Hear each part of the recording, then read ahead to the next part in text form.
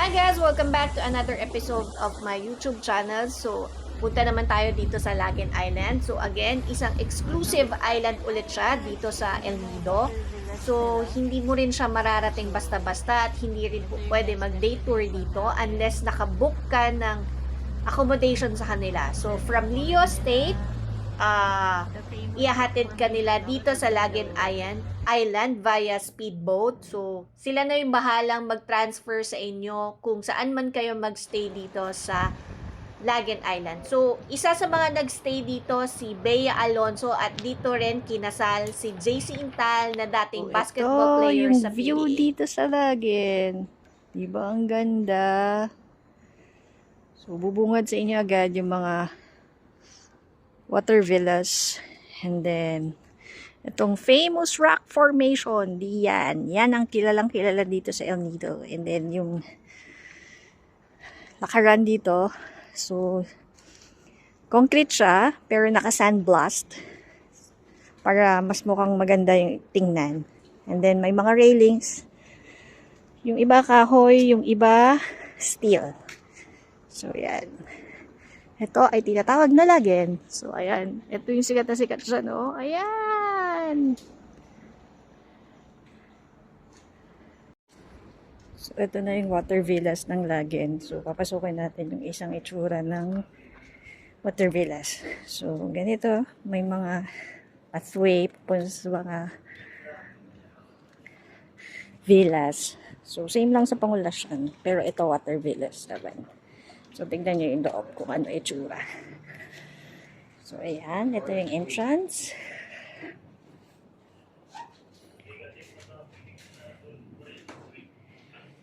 Ito yung CR. Kahit naman hindi naka-bedding siya, no? Okay lang. Okay na po. Shower area. Sir, as-is pa rin yung loob. So, CBTN.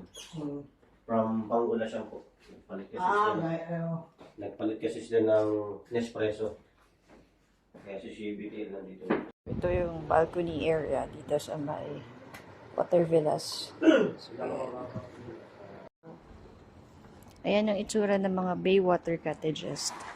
So, next stop, beachfront villas. So, yun yung pupuntahan natin ngayon. So, kada water bay cottages, meron ganito, boardwalk. Papasok ng mga kwarto. So, ayan. So, we're done with the water villas. Our next stop is beachfront naman. And then, there's another room, forest. And then, which one? Baywater cottages. So, yun yung mga pupuntahan natin rooms naman ngayon. Mga beachfront areas na villas. So, ayan. So, may walkway. Konkreto siya, pero naka-sandblast. So, ayan. Mapuno ang mga area dito. So, ito naman yung beachfront areas. So, pare-parehas lang po sila ng style ng kwarto. Nagkakaiba lang sa size. And then, sa kama. And then, yung may mga area po kasi na mga kwarto na may bathtub. And then, yung iba, wala. Kasi magkakaiba din naman siya ng price range. So, pero lahat, may sun protection sa araw kung gusto niyo ng cover sa ulo. At tsinelas, libre po lahat yan. So, ito yung balcony area niya. So, ito naman yung forest villa. So, ayan. So, pasukin natin yung loob niya. So, ayan, merong mataas na hagdanan. Actually, 2-story. Baba, taas. So, pwedeng i-occupied man. So, ayan. Pasok tayo sa loob. Solid lahat ng foundation niya. Even yung stairs. Ayan.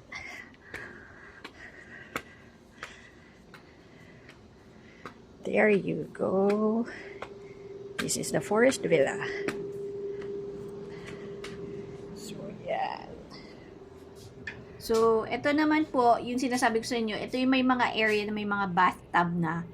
So, So, depende talaga kung anong style ng room ang i-book nyo sa kanila. Again, hindi po to sponsored. Trabaho lang po ito. Pinayagan lang po ako na mag-video dito sa mga exclusive resort ni Ayala.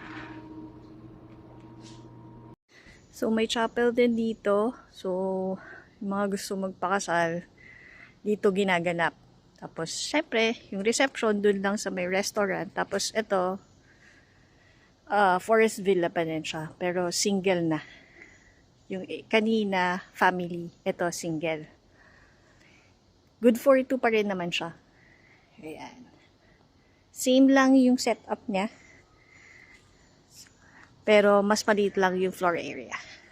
So, dito namang area, ito po yung pool area. And then, yung dun sa kabilang side, meron din po dyan bar counter area. So, sa mga gusto ring uminom, meron din po pwedeng pag-orderan dyan. And then, pwede ka rin umupo by the pool. May mga designated seats silang inalot. Aside from the mga upuan dito sa may poolside area. And then, ito naman po yung restaurant. So, dito na po kami inabutan ng lunch. So, lahat po ng style of serving nila, every lunch yata, I think, buffet. And then, free breakfast na rin siya pag nag-book kayo ng hotel accommodation sa kanila. So, malaki yung restaurant. I think, kaya siyang i-accommodate hanggang 100 packs, kung hindi ako nagkakamali. And then, open area siya. So, talagang mararamdaman mo yung simoy ng hangin. And then, ito naman yung bar counter. Aside sa labas, meron din po ditong bar counter na pwede kayong mag-order ng kung anumang drinks na gusto nyong inumin habang kumakain or habang nagre-relax lang kayo. Sa Apulit din, madami yan eh. So, hanggang sa muli, maraming salamat sa inyong panonood. Please like, share, and subscribe to my YouTube channel. Marami pa akong ipapakitang mga island dito sa El Nido. So, meron pa tayong mga 4 or 5 island na ipapakita ko sa inyo. So, hanggang sa muli, maraming salamat sa panonood. Paalam!